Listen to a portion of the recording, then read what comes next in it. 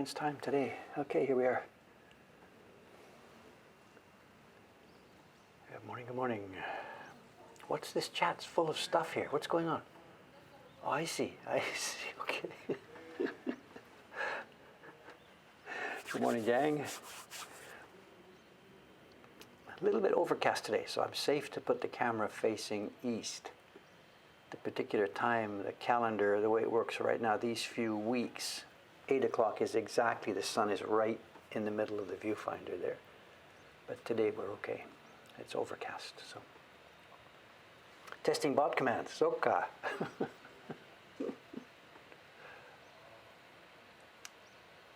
It's quiet Saturday morning. It's going to be busy. This place is going to be busy today, but at the moment it's quiet.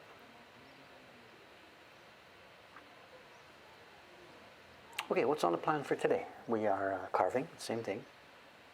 I'll be carving junk. Oh, actually, this is interesting. This has nothing to do with show and tell. This relates to our conversation the other day. Two things. It's two new microphones with wind, what do you call them? Wind shields with long extension cords that fit into a Y splitter which go into a recorder. What could we possibly be doing with that? They arrived from Amazon yesterday. Paper out. Paper is out. Yes, it's Ishikawa-san. She's here today. She's doing the second batch of the woman with umbrella. And she might actually be finished it today. And on Monday, she and Suga-san are going to be starting test printing on the fourth print in this year's series. This is the fifth one, so this means my deadline is now approaching. Yeah, two microphones. I've got one here, but this is two.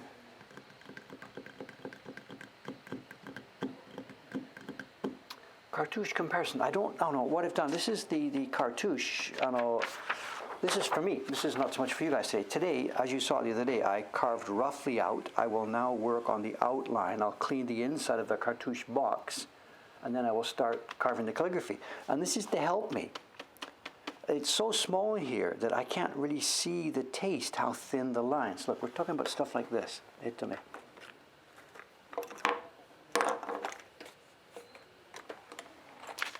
me see this. This is a scan of an actual physical brush stroke. Chon-san himself drew this with a brush, and we've used this as our master. This isn't a font or something. And you can see, as it comes around the corner, it's got a bit of a bump.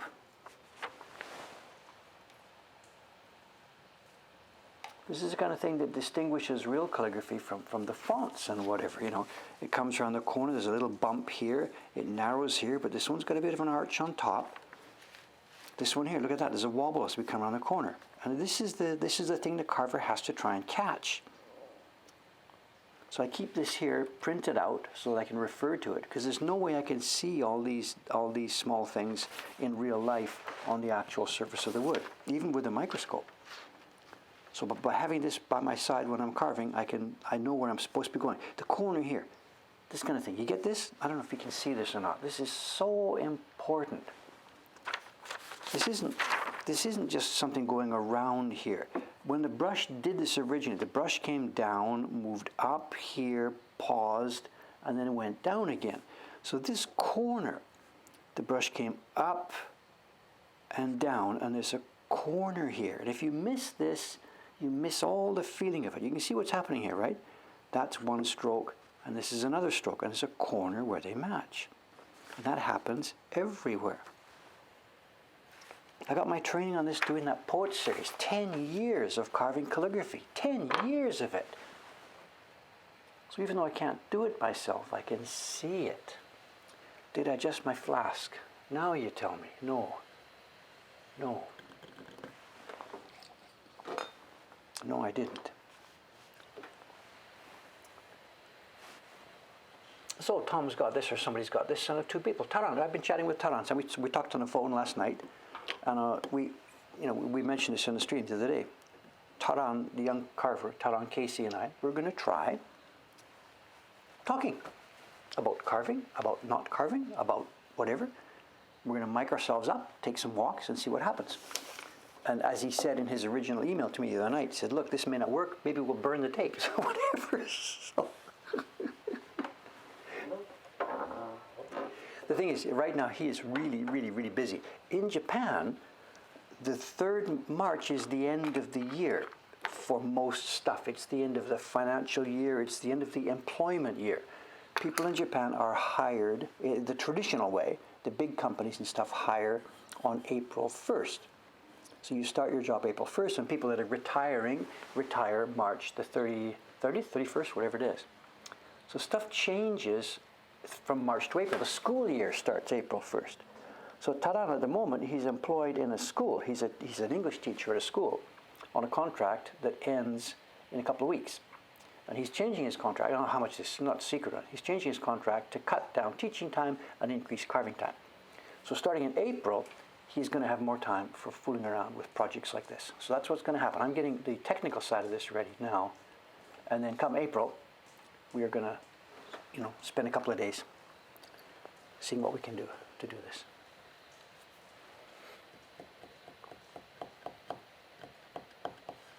Is there some variant of April Fools in Japan? No, it's trouble actually. It's become difficult. It's like Halloween. People here saw the overseas thing, thought, okay, we can do that here too, and they imported it without really understanding the ground rules. So April Fools here is one of those things that is sort of trying to make its way transplanted into the country, but not very successfully at all. Although actually, honestly speaking, I don't think it's so successful over there. What's the difference between a cool little joke and a prank that hurts people, whatever? It's become kind of mixed up, I think. So our policy here, and all the staff members who might understand this know this, we don't do those things here. You will never see an April Fool's announcement from Mokuhankan,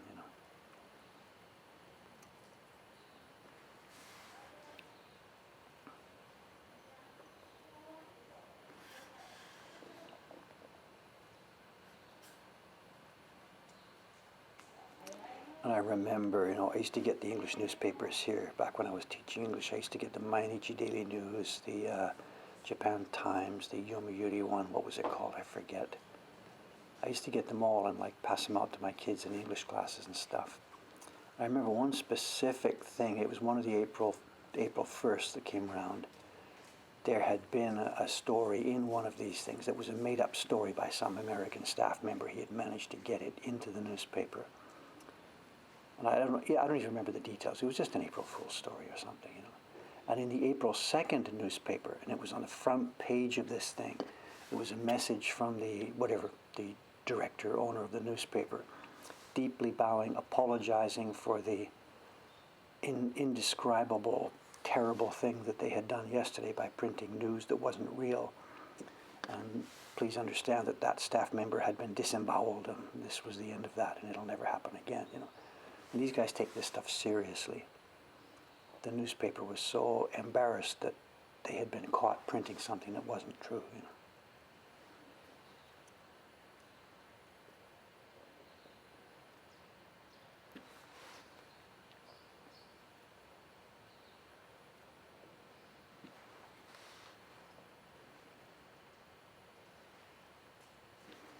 Well, that sort of episode actually happened all the time, not just on April 1st. There's one I remember. The Japan Times used to, there's photos sprinkled all through the newspaper. There's stories with a photo in a story, and then there's just photos that are the thing by themselves. It's a photo with a caption, something. And I remember one, there was some thing where they're planting trees, and they got famous people to help plant trees and whatever. And they had got some sumo guy, a big sumo wrestler with his ceremonial robes and stuff, and he was with a shovel in the ground, and they were getting ready to plant a tree in it, whatever. And his face, he's not laughing, and he's a serious guy, digging this thing. And the kid that wrote the caption did a little bit of a twist with words, and he wrote a grave digger. The guy was very serious about this. And the same thing again, the next day in the newspaper there was a front page apology for this, apologizing for being so being so loose with the morals that they would insult this sumo guy, you know. And it said the same thing, you know, the staff member responsible for this has been, you know, drawn and quartered or whatever.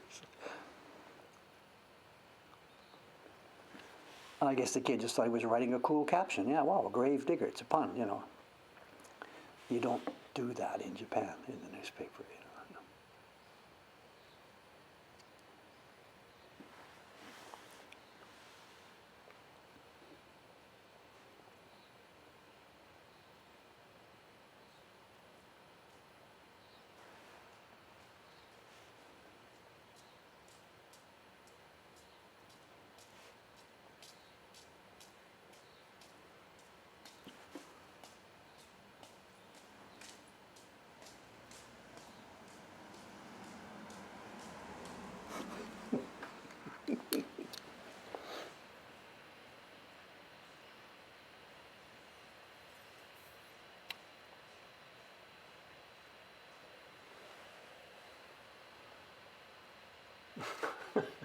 So,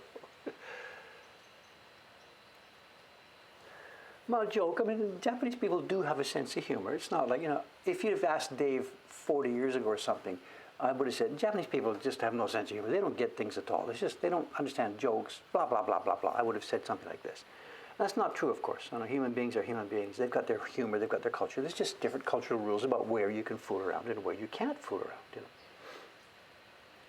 And for me too, even now, I've been here such a long time, you know, I see April 1st come up, but it wasn't so much last year, but in recent years, I want to just avoid reading news on April 1st because it's just no fun anymore. People are just trying too hard to get this thing, you know. When it was casual, it was okay, but now it's become too much of a thing, you know.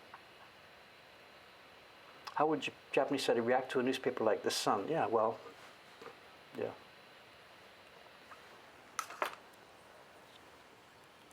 I mean, yeah, people do dumb, stupid things. Japanese TV, you know, my God, there's so much stupid idiocy on Japanese TV. So they're capable of it here too as well, of course, you know. So it's not that Japanese people are too intelligent and formal and smart for that kind of low humor. Of course not.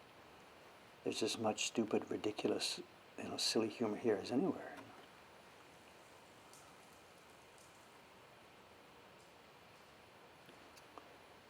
But a newspaper, wow, there's no way you could do that in a newspaper, you know.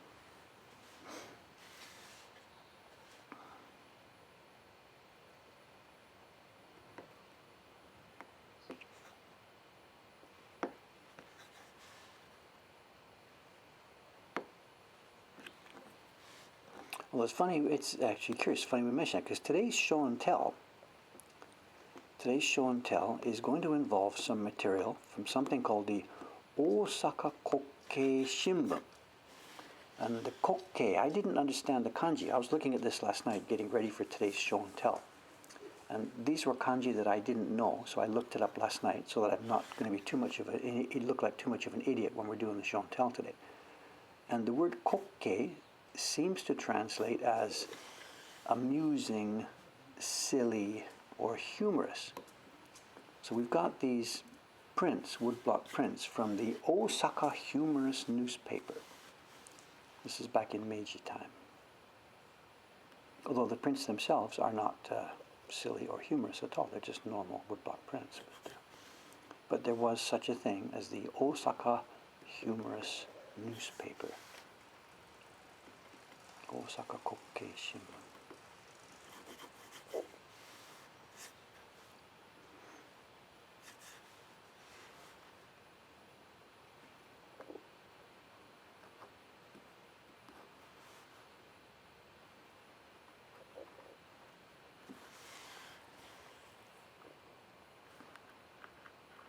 Today's show and tell is interesting. It's going to be fun. I know. Dave gets to brag about something.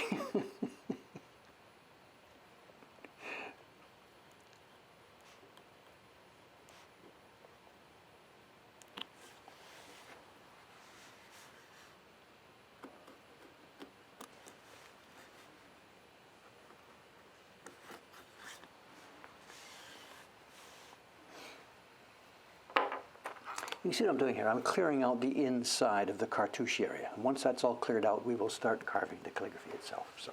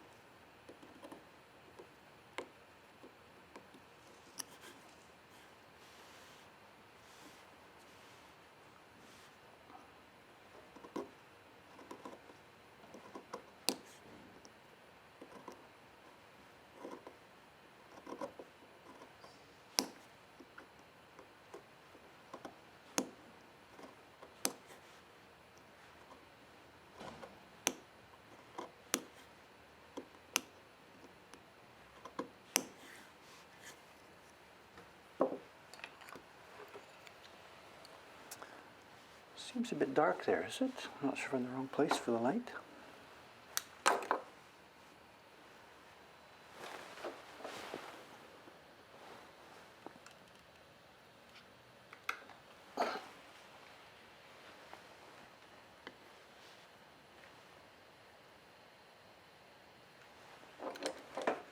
I'm not paying attention to the chat. I'm sorry. Excuse me.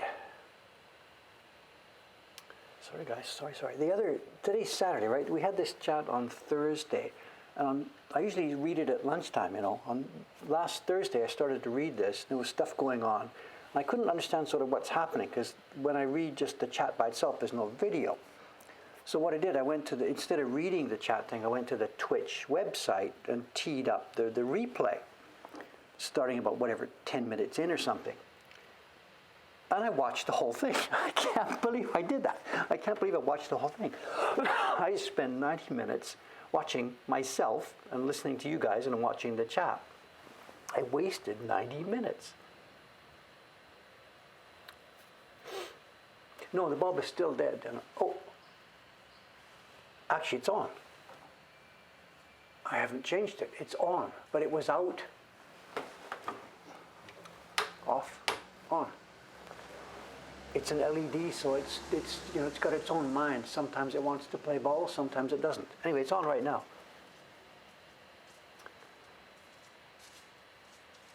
Oh, you can do it 2 times. I didn't realize that.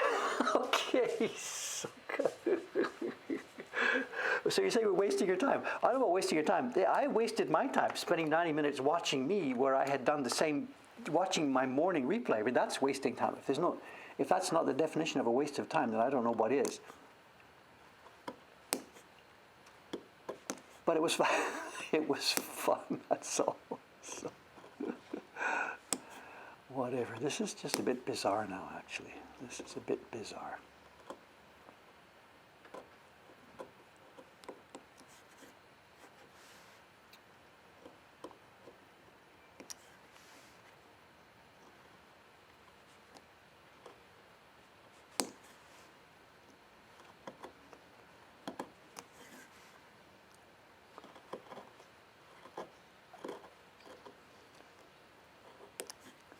I could imagine, though, this could be sometime in the future a bit surreal. You know, I'm sitting here right now carving a little bit and lightly interacting, chatting with people from around the world, you know, okay, but I could imagine what would this be like for Dave. I'm a certain age now. If you can imagine, like, sort of 20 or 25 or 30 years from now, stumble across this recording, whatever, and sit there and watch myself from 30 years in the past carving and talking to people. That would be bizarre, I think, and yet that's the situation that we're going to be in, you know. We've got this YouTube thing and these video things. So none of us are going to be able to escape from our past, you know.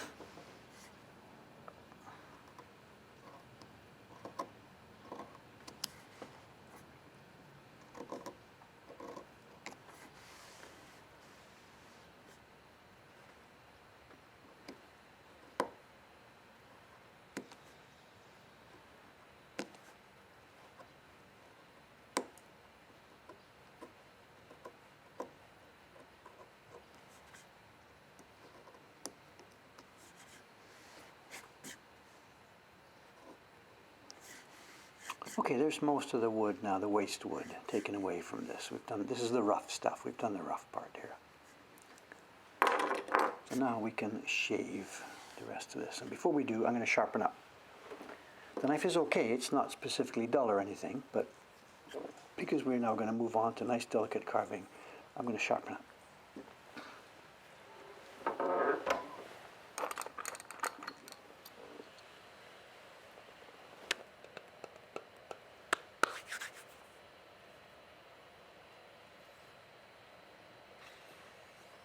It would be fun to see one of the old Ustream streams. Nay, there's some CD-ROMs with that stuff stored on them. They're there somewhere. They're in a box in Ome somewhere. No idea. It's funny you mention this because this came up last night actually. I got an email from someone said, Dave, I tried to access a video on your website and it didn't work. And what they were looking at actually, it was way back on my old personal website. There's a set of videos from the previous exhibitions, and this is like from 1997. There's a little, what is it, a 240 by 180 little box with a video in it, and it's a video from the exhibition in like 1895 or whatever year it was. And the videos in that section of the website, they're all in FLV format, flash video format, so it didn't work. So I just wrote back and said, sorry, I mean, it's archaic, outdated. I don't have the time to fix this right now, but one day I will go back to the original VCR tapes and re-encode them, but I just don't have time for it right now. So thanks for the interest, and I can't help you. But it was there. There's all this stuff. There's video from like 30 years ago, little small, tiny videos. And it would be fun to see some of those again. Okay, sharpen, sharpen, sharpen, sharpen.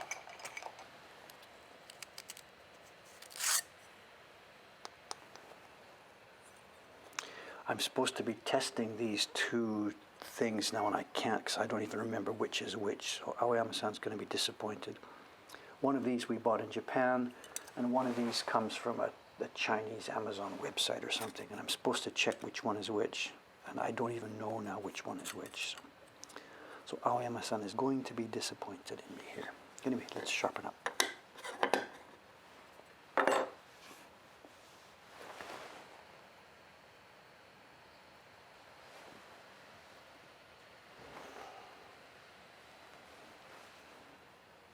I shouldn't really do that, should I, Dave?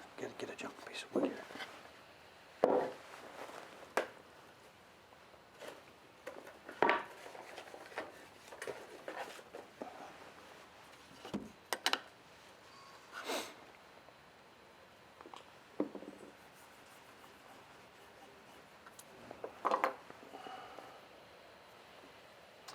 If I can't tell the difference, that's a relevant result. No, I know. It's not that I can't tell the difference. It's that I don't know which is which. So that when I report to him, yeah, this one seems to be abrading more quickly than the other one, the problem is I don't know which one it is that's doing that.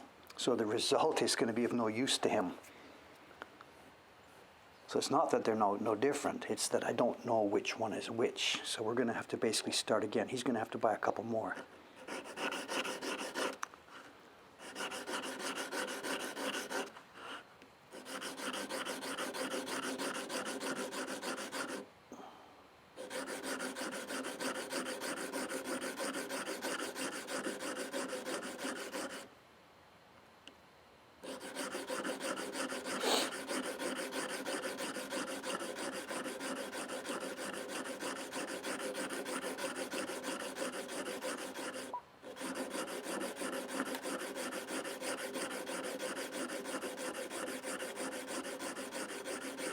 He really does need to know, because we're going to be putting these sharpening stones in with the tools that we're putting out into the market later this year. And the price difference is crazy. The ones we buy from Japan and the ones we buy from China, these things are dramatic price difference. And if the function is the same, we of course would like to use the cheaper one, but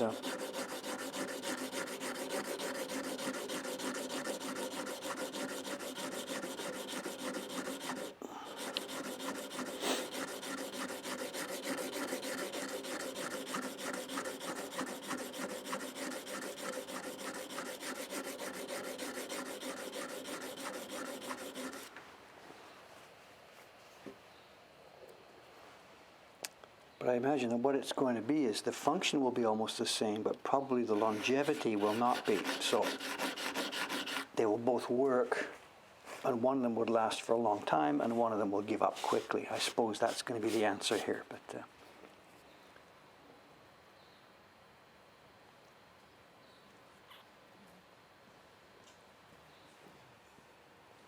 I think that's okay, actually. I think that's okay. Don't overdo this, Dave.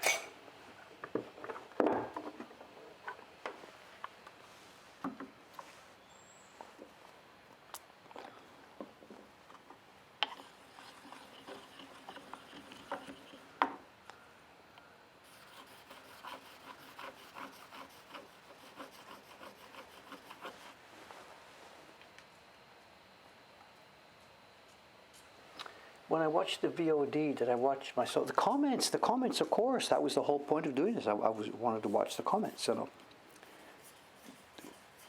the thing is, the chat that I get in an email is just the words. It's just the chat. So quite often there's comments and conversation there, and I don't know what are they talking about, because I hadn't heard what I said. So no, it was fun watching the comment stream. You know, I don't see most of it. I only read one in 10 or something here. You know.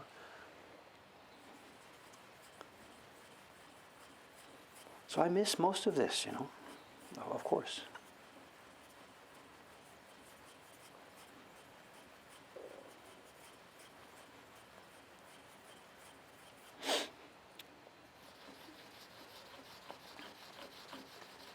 Okay, so what we've done here is we've changed the angle of the blade. We've changed the angle. So if I get a piece of scrap paper here, piece of scrap paper, scrap paper, scrap paper.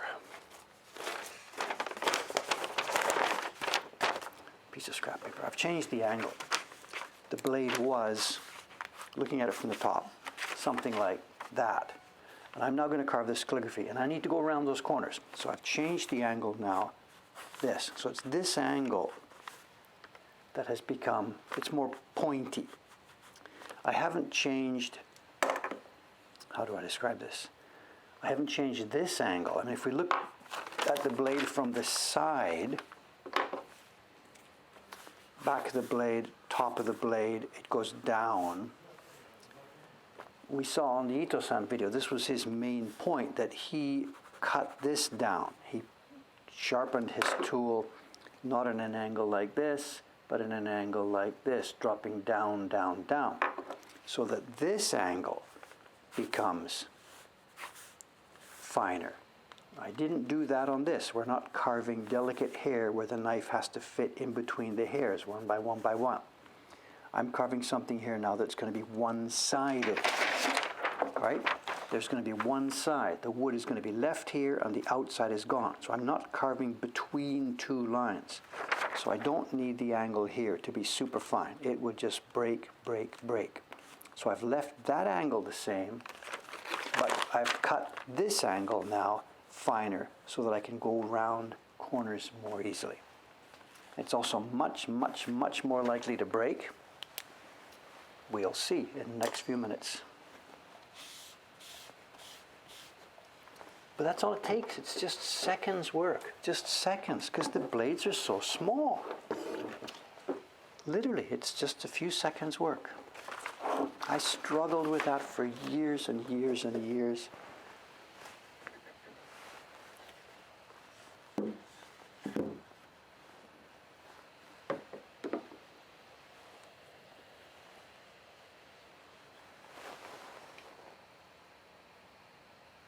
There's the two things you can change on these knives. You can change this angle,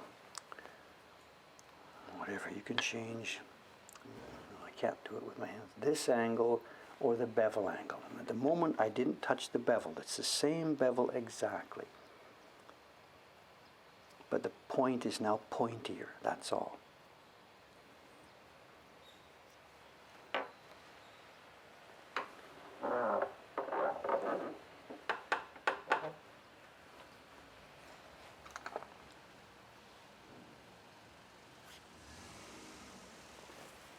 Let's find the spot.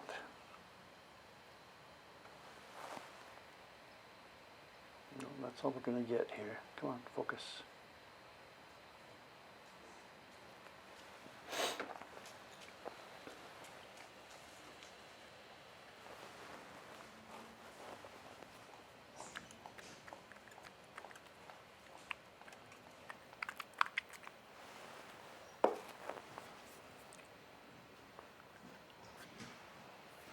Look at the difference, a touch of oil. They show touch of oil on that one character, it makes it totally transparent. I'm not going to oil the whole thing because my hand is going to be rubbing on these things back and forth. And if I put a bit of oil on these and then rub it, it might tend to pull the paper off. So I'm going to oil them one character at a time.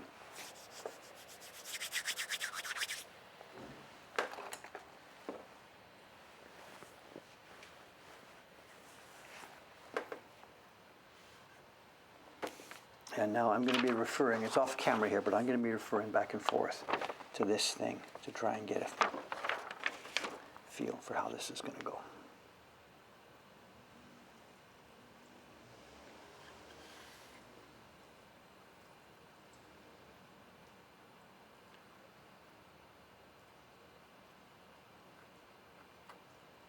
And this is the point now where I know Chon-san is watching. Now, our other carver here, Chon-san, he is going to compare my carving with his absolutely when I finish this. So this is now competitive carving.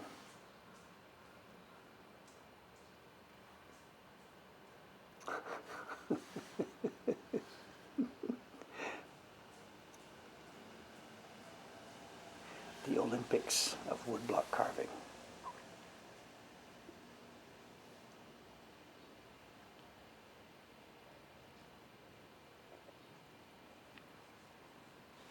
So why skip ahead here? I can't come down on this line yet because it's going to meet this point, and this point has to be carved first.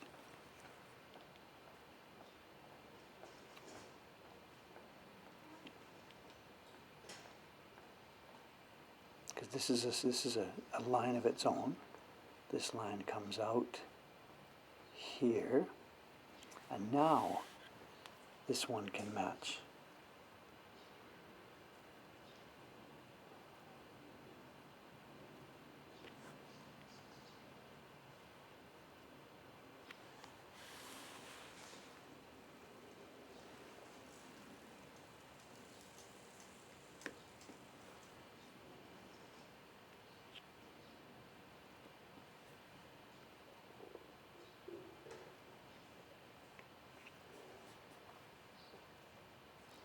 And there's no way I'd be able to do this if the waste wood was still there. So that waste wood had to come out first.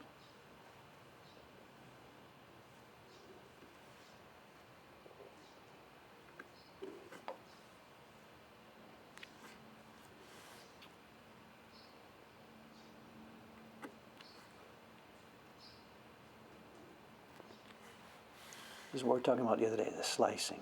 This is not really wood cutting now. This is just, look at this. We're slicing away a piece of wood. So that leaves a beautiful, beautiful edge on the retained wood. I wouldn't be able to do this if the waste side was still there.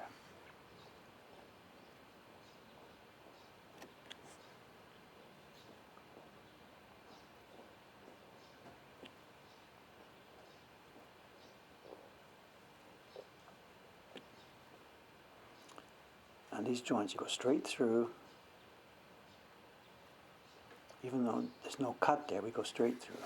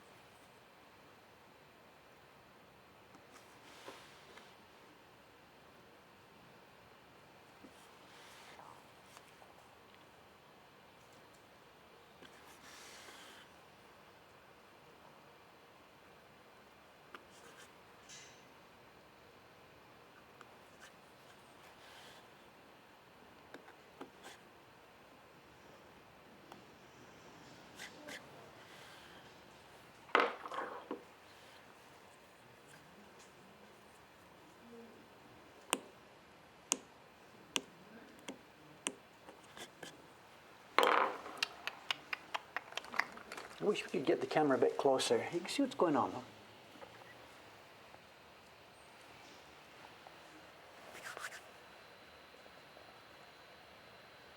Oh, Taran's here. Good morning, good morning.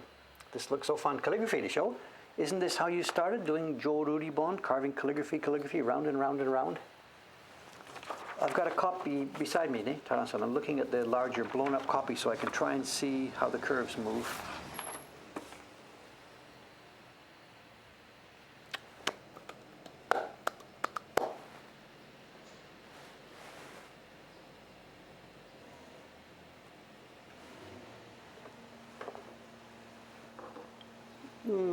It takes me more than an hour to calm down to be able to draw. Nay, I don't know. There's no, what I'm doing here, there's no stress involved at all. I know. That would be completely the wrong approach to take to this. If I thought, okay, this is really tight, let's go, hold your breath, ready? Okay, cut. It's just not going to work. It's just going to be, everything you cut will be just full of stress. So the idea is just whatever, just there's a line, just cut it, Not to be blasé about it, but the lines here really, the lines inside this calligraphy are no different than the lines outside. You just sit back and just cut, And there's no way you could have this mood that here we go, hold your breath, get ready for this, put the knife in. It just doesn't work like that. There's no way you can work like that.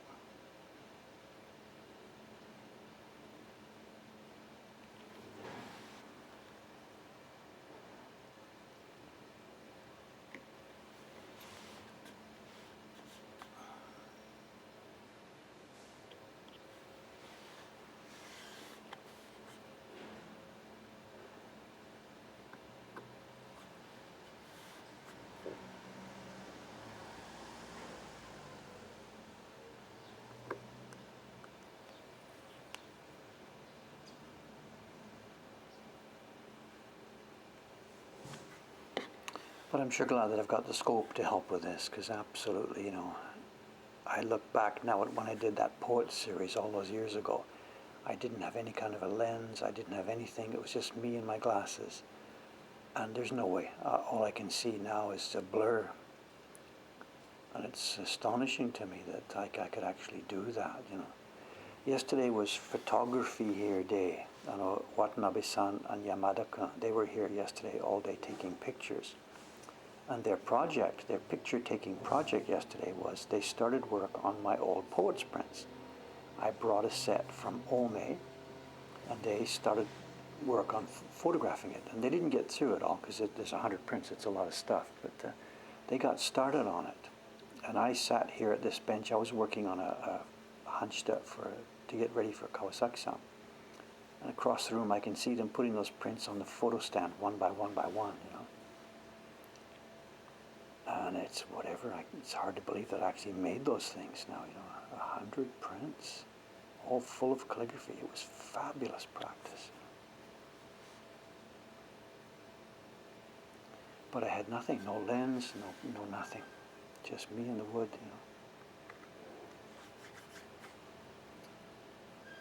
So I'm kind of jealous a little bit now of Taran-san. He's there, he's 20, whatever he is, 20x years old,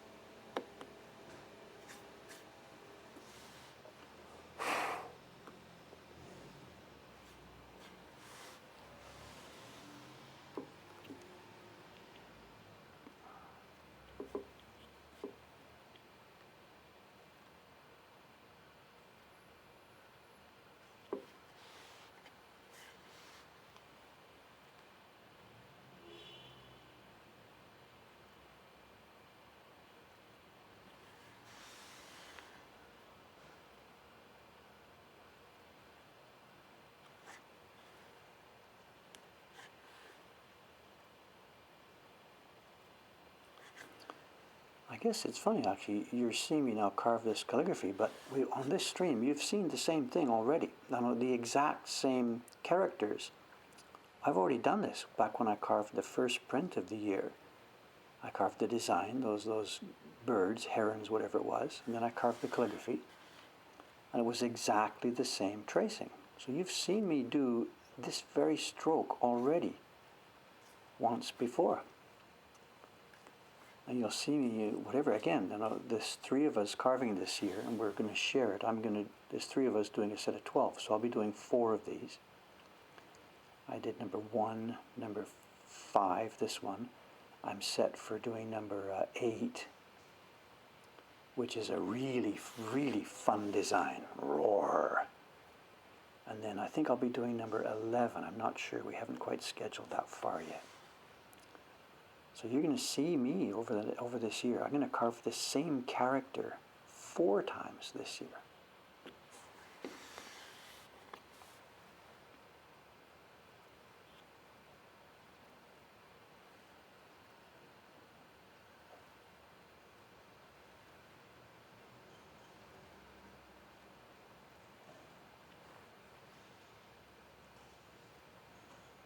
We'll talk about watching paint dry.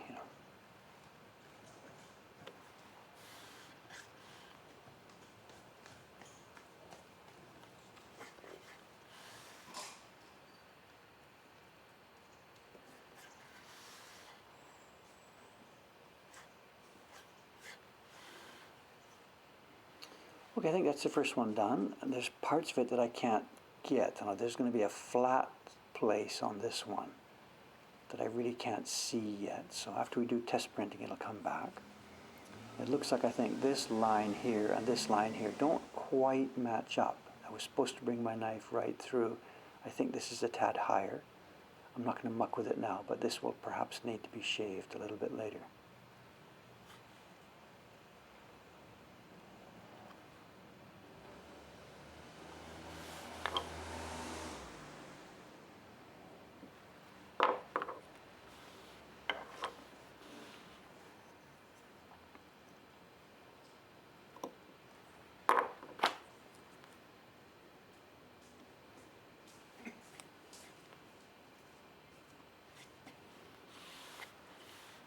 Okay, 1 done.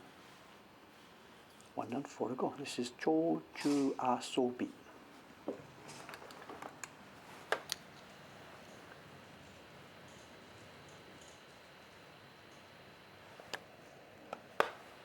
Oh, William's here as well too. Look at this. It's the gathering of the carvers here today.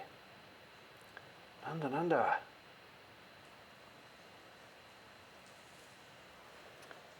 I will absolutely look forward to rereading this through at lunchtime.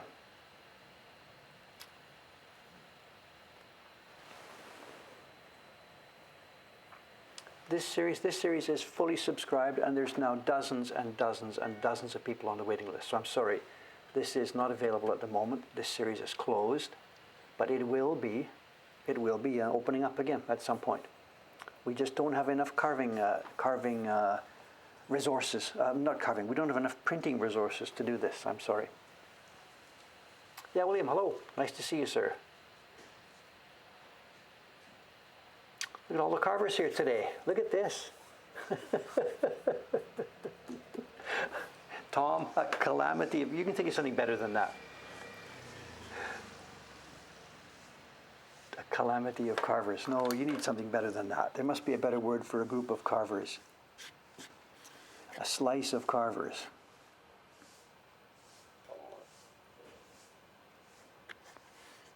That's not bad. A slice of carvers.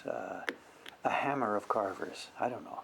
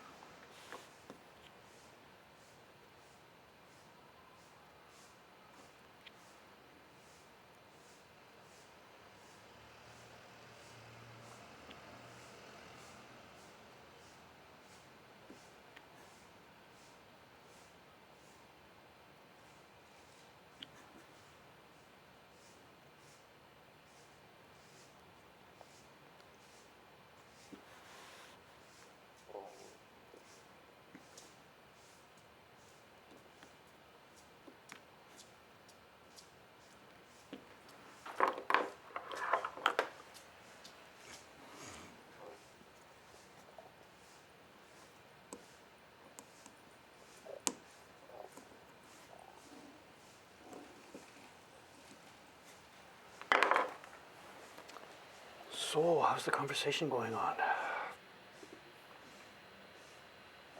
There's lots of suggestions. A gouge of Carver's. Okay, we'll have a look later.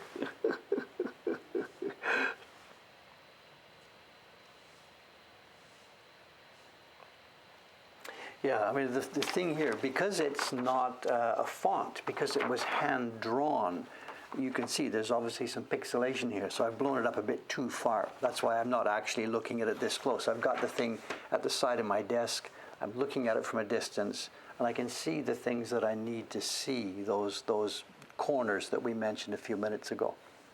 So yeah, unfortunately, because this isn't a font, there's a limit to how far I can blow it up. And I should have scanned it at a bit higher resolution. So.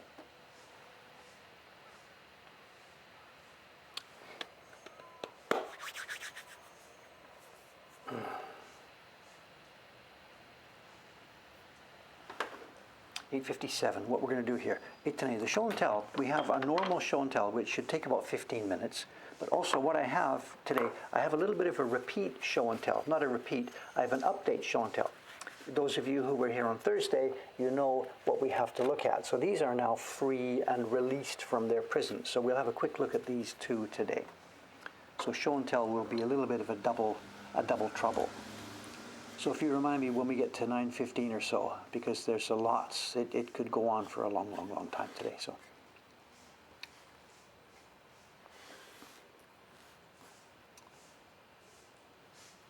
This corner too, this is not right, but I can't see it yet, so we'll leave this until test printing.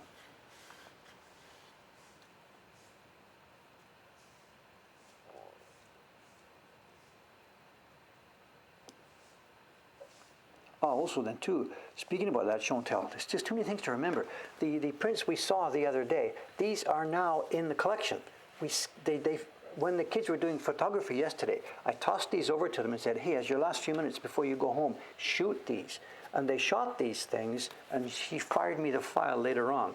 So I did this last night. If somebody can go to the collection, find the link. It's the newest item in the collection. Pop the link up here. And they are high-res, beautiful photographs of these things. They didn't get the back side, which I asked them to do, but that didn't come up. But somebody's got it. Thank you very much. Egg. Thank you.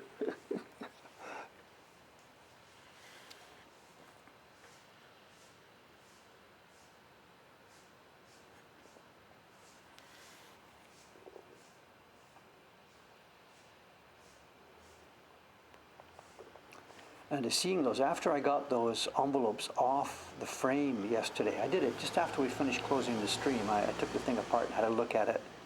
And when I said on the stream they were backed with double-sided tape, that was wrong. They were actually glued straight down with a dab of glue, and they were glued raw.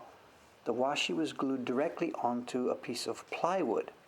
There was a little mounting system where each one of them was mounted by itself to give a floating effect. So those envelopes were mounted directly to cheap plywood. So there's absolutely no question about it. They had to come off there. And you'll see, I'll show you in a few minutes, they're going brown. They really got heavily toned and browned on the back there where they were pressed against the plywood.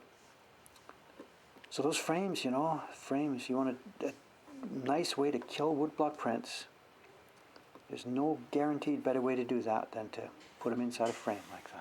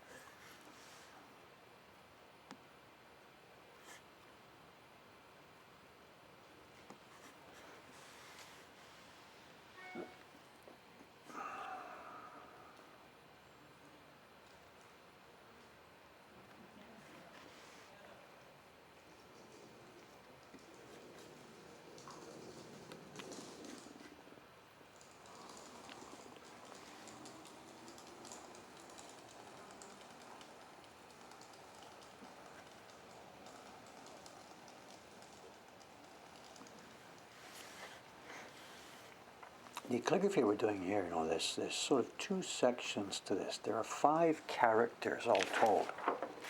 The first 2, they're going to be quite different approach here. The first 2 are full kanji. They're quite dense in the number of strokes and things per area. But the next 3 are hiragana, or kana. And you can see what's happening here. This is dense, short, short, short, short, short, short. And it's difficult to actually get a nice taste on each one. All you can try and do is, well, there's a back curve, like this one, for example. There's a shallow curve on that instead of carving that straight. So there's a little bit you can do with each one. But when you get to the hiragana characters, this is where the fun begins, because they're wide open. You can see what's happened here. Even those of you who can't read this, you can see what's happened. A brush has hit and curved up and curved down and wiggled and up and down and around. And that's all been done with one motion of a brush, which twists left, twists right, puts pressure in, gets thicker, thinner, thicker around the corner. And this is the part that is so much fun to duplicate. And the idea came up a while ago, and this is a long, long, long time. I was carving one of these. It's like, you may laugh about this, but whatever. It's like it's a Mario Kart kind of thing. You go down here, you go tight around this corner, pressing your wheel skid to the left, and then you come up right, and the cart spins into the air. And literally, it's like some kind of road race. And you can laugh at that, but that's exactly the way we do this. There's strength, you pull the brush back, you push the brush back in. And this bottom part here, carving this hiragana, is the part that for me is really, really, really the fun. This part up here, it's picky and cut and cut and cut and cut and make sure you get the joints right, stuff like that. But this is not so much fun. But down here, now this is where we go sailing. So we'll see how far we get here today. Well, we're not going to get to the hiragana today at all. So today we'll maybe get through this second character. We'll put this block aside, and then in the next stream we'll play Mario Kart together.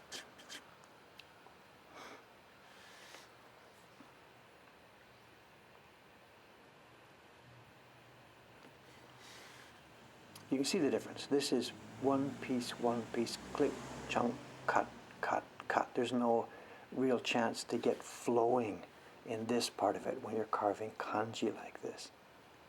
But the hiragana part, that's when you get flow. When Taran came on the stream here today earlier, I think I mentioned that when he was practicing at first, one of the first things Asuka-san gave him for practice, I believe, was what we call Joruribon. And it's very much curved calligraphy type characters. And that's why they're used for practice for young carvers, because it curves back, left, right, up, down, all around. And yet they're not so small and tiny and delicate. So someone who doesn't have too much experience can still get at these. So.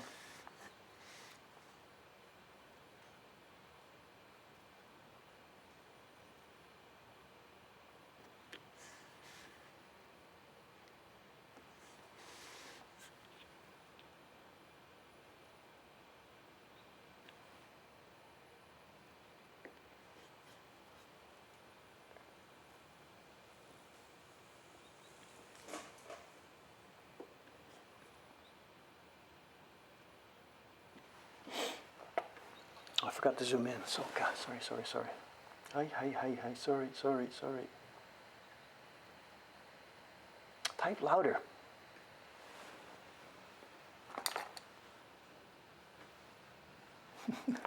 Type louder.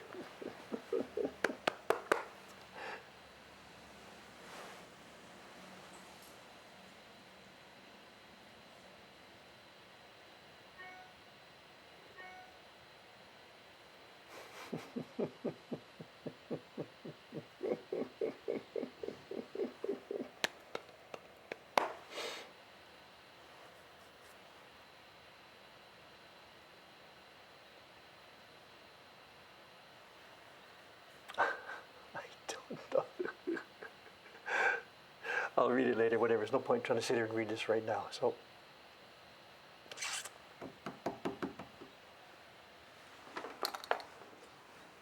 How's our time? What's going on here? 9:07. Oh, yeah. Too much. What's the word? Too much to do, not enough time.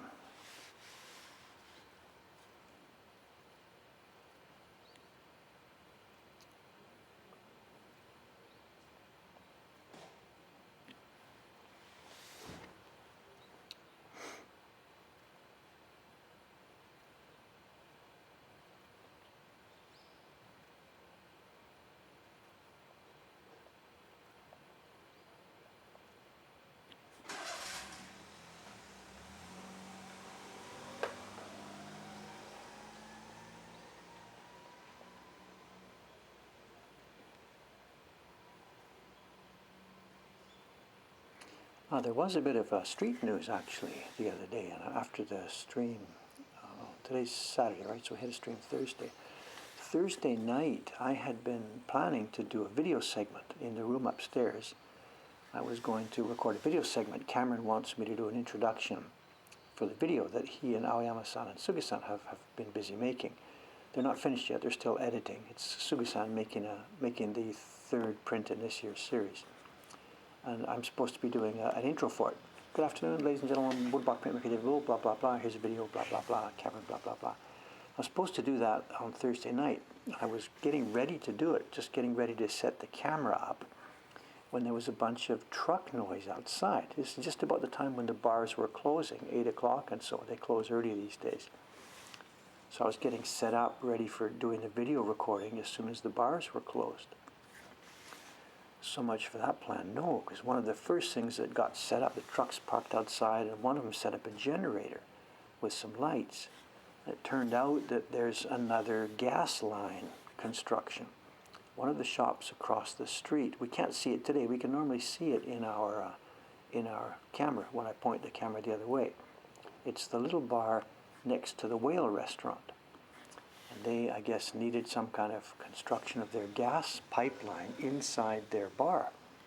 And it meant digging a channel through the concrete floor of their bar out into the sidewalk, digging up the sidewalk, and replacing some kind of gas line. So yes, we're in the same story. At the moment, there's a bunch of tiles over there that have been chopped up and destroyed again. So there is yet another torn up spot on the sidewalk right across the street. And I think maybe we'll be able to see it if I put the camera the other direction. And I did see from my window the Kaicho-san, the guy who runs the district here. He was out there chatting with them. So I assume that it has all been carefully organized and that the tiles are going to be properly replaced. The tiles, the pavers are going to properly be replaced.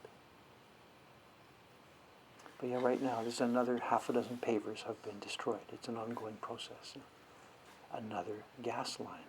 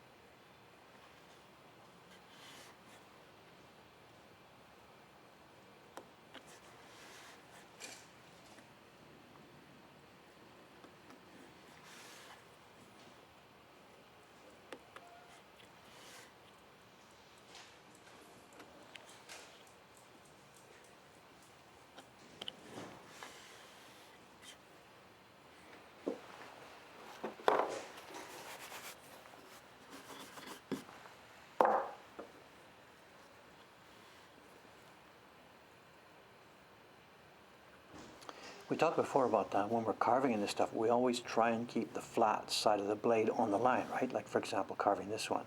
The flat side of the blade stays on the retained wood and the bevel side is on the outside. Now, if we were carving here, the flat side of the blade on the retained wood, the bevel on the outside.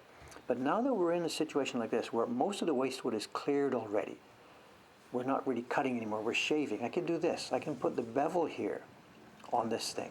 And it doesn't matter at all because the bevel is not stressing the retained wood here. Look, the waste wood now pops away and just falls away. So that bevel hasn't stressed this retained wood. So we can keep the wood without turning it. I can cut flat side of the wood against flat side of the blade. Classically okay here.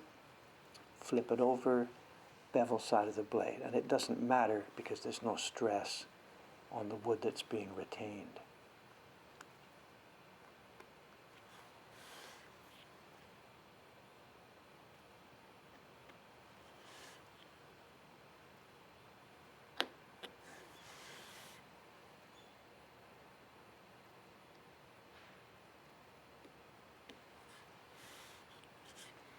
All right, I think that's all the damage I can do on these two characters. They are absolutely not ready yet. Some of these will have this here for sure. This will need to be trimmed more into this V, but I can't see it. So I'm going to wait till after some test printing. Same thing here. I think this probably needs to be inside more, but I can't see it. So we'll take this. This is stage one. We'll take this like this. Later on, wash it off, do a test printing, and we'll be able to see clearly parts that need to be shaved. So this is Saturday. We will hit Monday morning, we will do our car race and we will zoom down this track, cutting that stuff off. Good, good, good.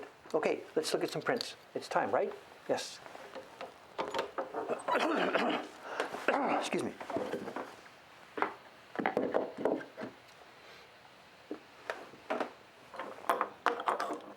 Okay, the two-part show and tell today here. First, really quickly, let's zip through just to refresh what we saw the other day.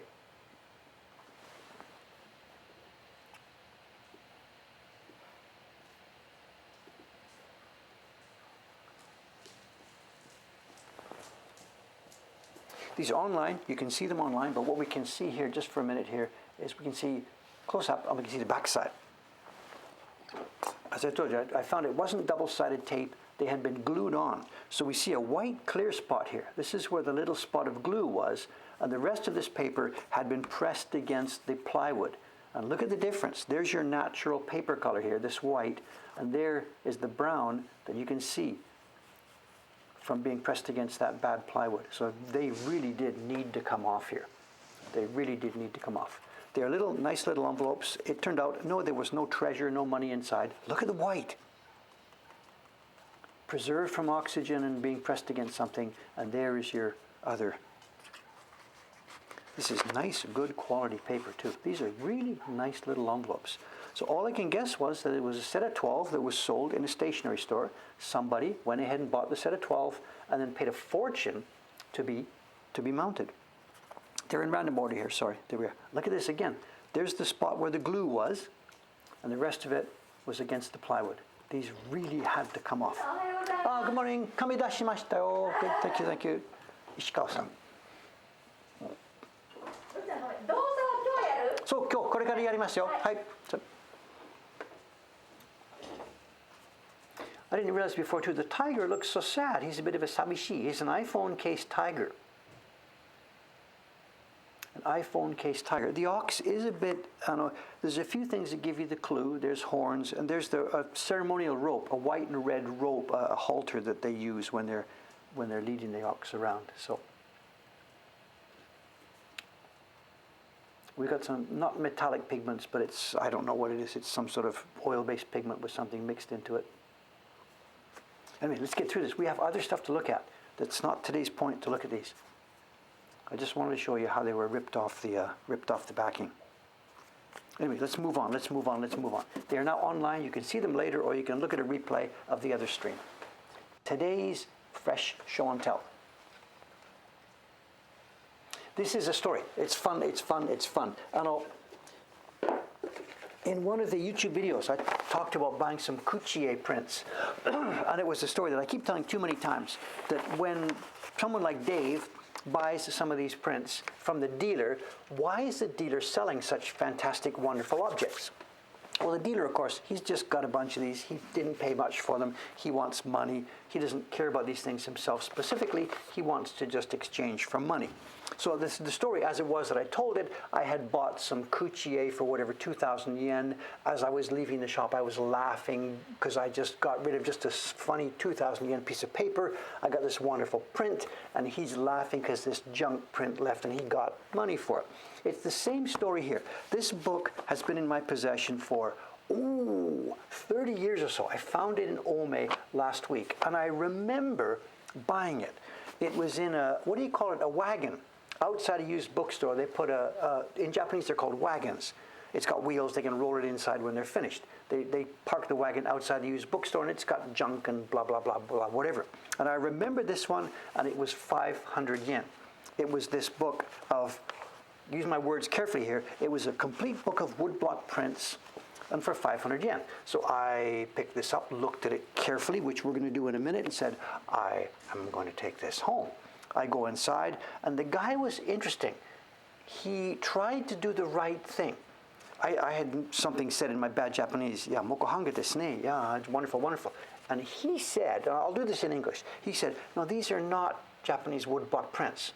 He said, this is offset mechanically printed, so don't feel like you're getting some wonderful bargain here.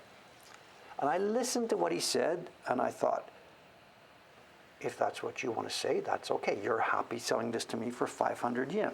So his point, this is machine printed prints, and he was right.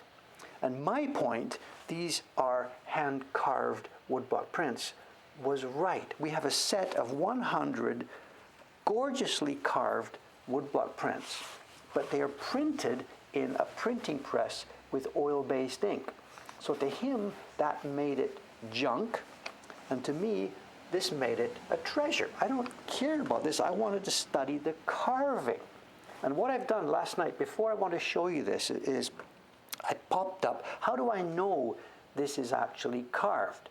We've got this thing, it could be, like it's clearly mechanically printed. It's oil-based ink and it's flat, there's no barren marks. It's in a press, bang, chung, bang, chung, bang, chung, bang, chung. But how do I know that it's carved? I prepared last night a scan. Let's pop this up. Now there's the scan of the same page we're doing here. I scanned it at like 600 DPI. And here, let me see if I can make this even a bit bigger here. How do I do this? It's not going to let me make this. You can see it, right? You can see it. Look at the left here where I've curled this. We're looking at the place right here where there's a line carved and where there's small hairs chuk, chuk, chuk, chuk, chuk, chuk, coming into it. And you can see one spot, I've circled it in red, where the carver's knife has sliced down and gone a tiny bit too far, and a little sliver has come out. The hair carved right through. Now, if this was mechanically done, if an artist had drawn the picture, put it under a camera, prepare a metal block, this could not happen. This could only happen if this thing was being carved by hand. And you can see the other circle there, the one on the right-hand side circle, it's this area here. You can see there's a whole series of little fine lines that scratch across where the carver's knife has gone chup, chup, chup, chup, chup, chup, chup, all the way through. We have another one over on the other side. That's this area of the print here. And there's another place. So this thing is full of these. The carver's knife has popped through one by one by one. So I'm looking at this, recognizing that this is hand carved, and the dealer's saying, well, whatever, but this isn't really, woodblock prints. And I'm like, I don't care. For 500 yen, I will quite happily be the new owner of this. Now, what we're seeing here also, another really interesting thing, this looks like a complete book at the moment. It wasn't sold as a book. This was a freebie. And it didn't come as a book as a freebie. It came as a one by one sheets. This, let me go back to the same page we had here. This is the Osaka Kokkei Shimbun Dai Nijusan Go Furoku. You should maybe zoom in here. And I'm like showing off my reading here. I have studied up on this one. Osaka I knew, Kokkei I didn't know, Shimbun I knew. So it's the Osaka Kokkei Shimbun. Furoku is, I think it translates in the dictionary as appendix. This is not an appendix. This is more of a, it's the extra stuff. It's a freebie that they throw in. And we got these when I was subscribing to my first newspaper here, the Daily Yomiuri, whatever, 35 years ago. The guy came to the door. This is before the days of bank transfers. The guy came to the door once a month and said, I'd like 3,000 yen, please. We give him the 3,000 yen. He gives us a receipt. And he would reach into his backpack and give us furoku, a little freebie. And the Yomiuri Shimbun used to do these as color copies of Hokusai famous woodblock prints. So anybody subscribing to the Yomiuri newspaper built up one each month. As you paid your bill, you got one of these little woodblock prints. They've got a copy of a woodblock print. Back here, and this is Meiji 42 nen 10gatsu 1 the first day of the 10th month of Meiji 42. This sheet was the furoku, the freebie, when you paid your bill for the newspaper. And it's numbered. It's numbered. This is 48 of a series. And then 2 weeks later, they're dated 2 weeks apart here. They're dated 2 weeks apart. You would get the next one. So over a period of time, if you, I mean, you can see what they're doing here. They're trying to keep subscribers. We'll give you this freebie, handmade woodblock prints. And the person who got these collected them one by one by one, one by one by one, one by one. And at the end of the day, they got a piece of string and they jabbed it all into there and they tied them all together into a little package. So the person made this book. And to me, this is a stunning, stunning treasure. Because they were making so many copies of these, they ran them off in printing presses, but they are all carved by hand. And the idea was a history of ukiyo-e in these furoku. And what they did was they didn't make perfect reproductions. You can look this up. If you go to ukiyo-e.org, ukiyo-e.org, this is Yoshitoshi. And this is from one of his series. It's the, it says at the bottom here, it's from the Manners and Customs, 32 Women Manners and Customs. So you can find the original that they based this on. I should have prepared this. I should have prepared this. You can see this. Somebody, well, should I do it?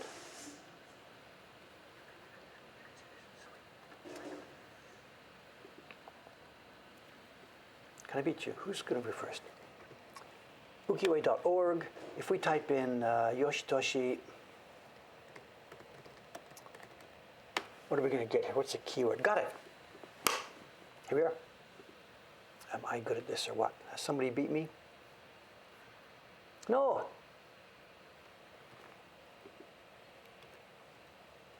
Why isn't it pasting? Oh, John beat me. Is it the same one though? Different place. Okay, whatever. Okay, so that's the original of this. So they haven't tried to make a perfect reproduction. This is just a series of images that says, here's what it was like. And they go over the eras. It's earlier days of woodblock printing all the way through. In fact, the one on the back of this is a kuchie. It's from Tomioka, where am I here? It's from Tomioka Eisen. So it's just a series of prints that are designed to give an overview of what the traditional Japanese woodblock prints were like. And the other funny thing is too, this Yoshitoshi, the original for this would have been, we've already got the information there, I don't even know, 1870 something? I don't know, 1870 something. But this book here is being published Meiji 42, which is John Scott, 1909. So this history book is being published just a few years after the original print was made anyway. Okay, let's browse through some of it. They are so nice, so nice, so nice. 500 yen, give me a break. Skenobu. Will we ever get these into the collection? I don't know. It's a ton of work, I don't know.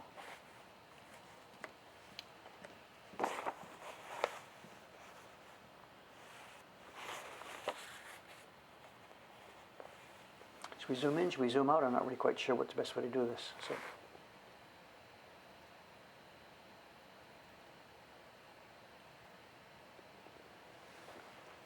So yeah, so these are all printed in a printing press from woodblock, from carved woodblocks. You know.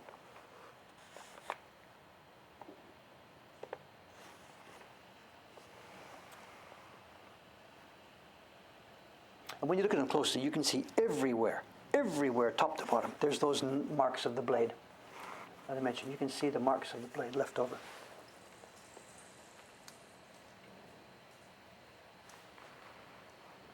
This is from a famous book, Minko, Shokunin Burui, different views of different craftsmen doing work.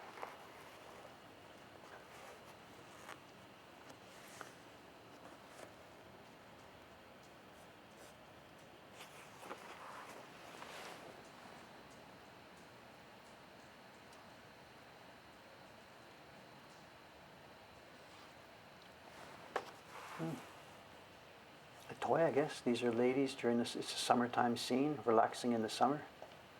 Interesting. Don't quite know what game they're playing.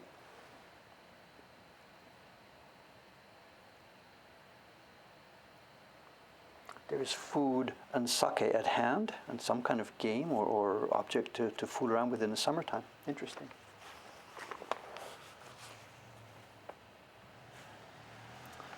But the amount of carving that goes into these things, it just doesn't stop.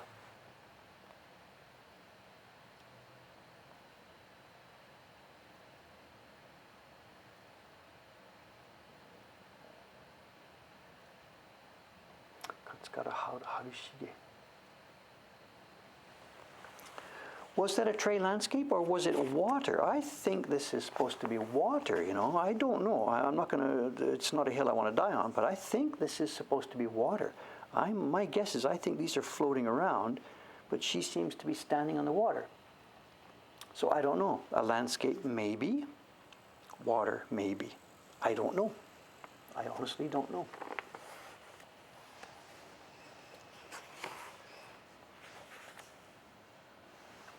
You like carving hair. How much do you like carving hair?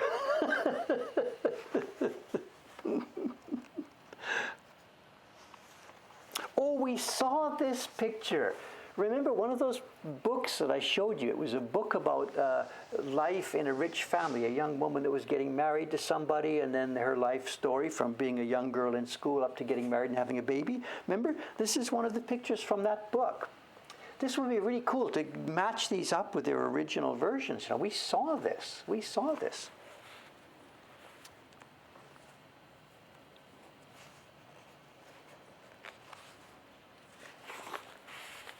Again, you like carving hair. Get busy carving hair, eyes, nose.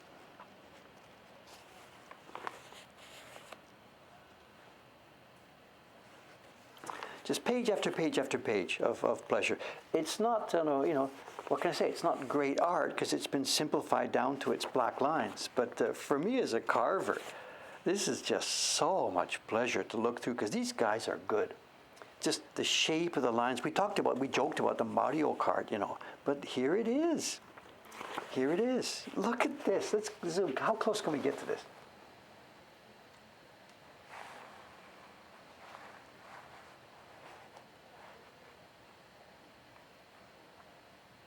Again, you can see the same thing. One of those places is popped out. Can you see it? Here's my finger for scale. Somebody has carved this without benefit of microscopes. But you can see a couple of places on the left here where he has moved just a little bit too far. Popped a little bit too far. I mean, this is production work. Go production work. Nobody cared. You know, it was supposed to be done nicely, and they did it, but it's not perfect. And nobody would ever think of going back to repair this. No way.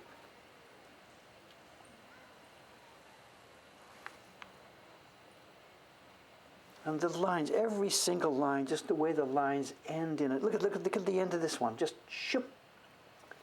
This is just to die for. Teeth. Ay, ay, ay, ay, ay. 500 yen for 100 of these, you know. 5 yen per picture. This is the yaege style. That last one we saw, the hairs were just one by one, one by one, one by one coming out. You know, the last one we saw, the hairs were just single hairs coming out. This style, where the hairs tuck up against each other, and you can't carve with your knife coming straight out. Your knife has to stop as each hair bangs up against the other one. It's called yaege. Ge is hair, ke, yaege. And this is stunningly, stunningly difficult to carve. No, we can't get closer.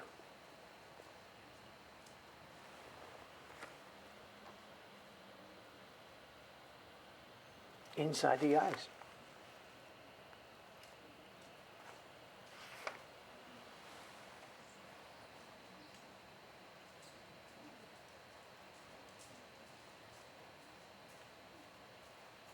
And yeah, the transparency effect to show this is the carving effect. They've given a quasi-transparency. And this is all just done through carving. It's solid block here, and they've carved those lines wider, so it gives an effect of being able to see her ear through the hair. But this is all a single block. There's no multiple blocks here whatsoever. Everything you see here on these pages is one page, one block per page.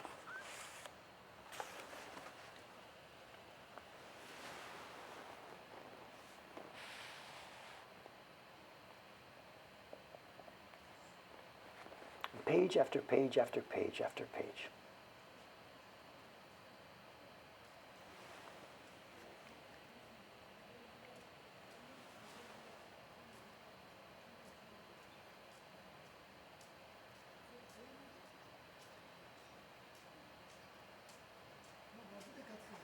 Conte, I'm not sure if that's the right kanji for this. I'm not sure. I believe the ge is the ke for hair, but I'm not sure. I'm sorry.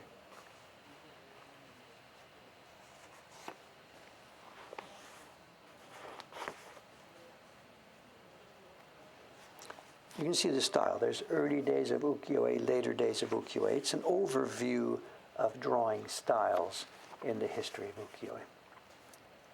So it's 100 different designers picked from different eras. And here we are. Some of these might be recognizable because I've stolen from this book. I've stolen 3 or 4 from this book. This is one of them. This went into my Surimono albums.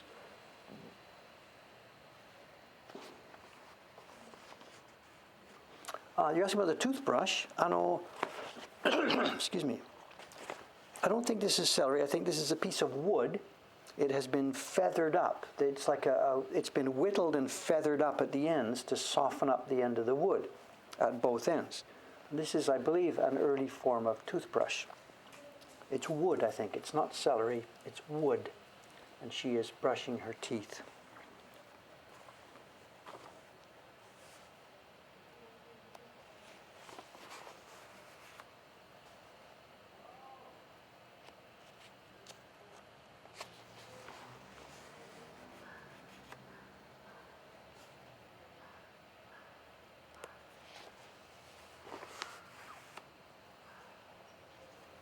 This is fun too. Were there xylophones? This looks like something Chinese. Was it imported? No idea. I know nothing about this one.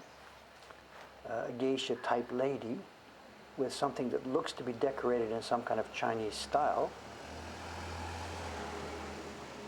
I've never seen or heard of this before. It's some kind of xylophone type instrument, it seems. The bars all seem to be the same length, so I don't know.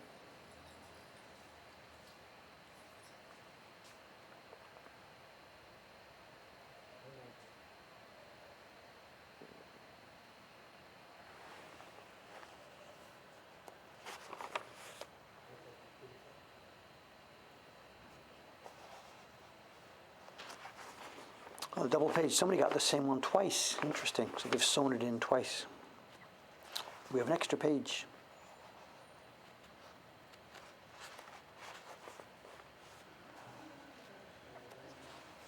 Just page after page after page. Wonderful source, wonderful resource.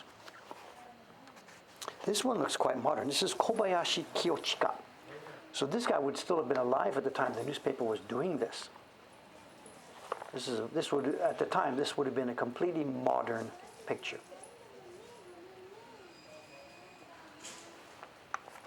And again, this is just too much. It's just too much.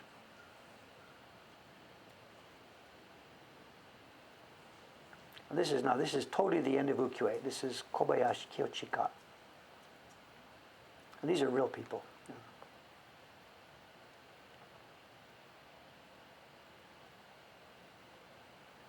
So this book we're holding, this is published in 1906, was it? 1909 or something. So Kiyochika would still have been alive here. As far as questions of copyright go, I don't think they were really recognizing copyright in these days. I think this newspaper would publish these with no reference to the original artists. Most of them were dead. Kiyochika was alive. I doubt very much there was any question of copyright.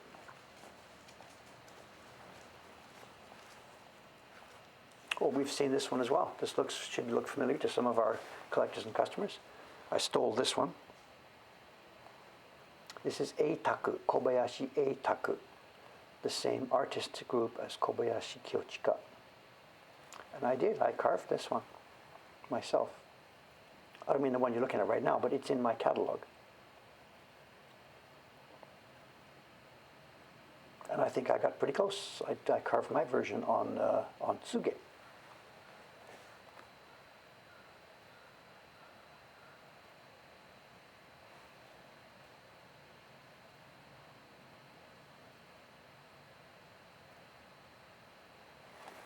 Okay, I think that will do us. That will do us. We can't sit here and do close-ups of 100 prints here, but there we are. Just the idea that back in Japan, 100 plus years ago, a newspaper company would hand out freebie woodblock prints to their customers. They came every 2 weeks. You paid your little money. The 2 weeks, someone would come to the door, collect your money, and give you a free woodblock print for you. So there we have it. At some point, this may be in our collection online or not. I don't know. Whatever, we'll get to it at some point. I don't have my mask within reach, so I have to close off. Okay. Chinese stone xylophone. Okay, whatever. We'll get to this and read it later on. Thank you very much for your commentary and stuff. I'll look forward to reading this at lunchtime. Today's Saturday. I'll be back here 2 more days from now. We'll be carving Mario Kart. We'll be carving some of that glorious hiragana calligraphy. That's about it. See you then. Thanks for coming along. Thanks for riding.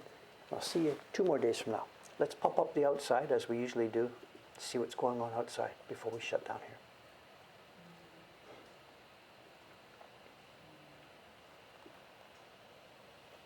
I didn't mean to mention, you can see in the distance the red brick building there. That's the Kokkaido. It's the local theater owned by the city. And because of the pandemic, they're not doing theater shows. So they've taken the opportunity. They're gutting and renovating the building.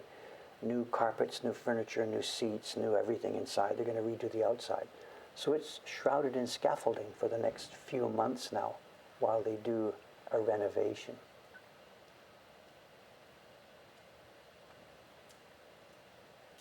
Masks. Okay, guys, thanks very much. I'll see you in a couple of days. Bye for now.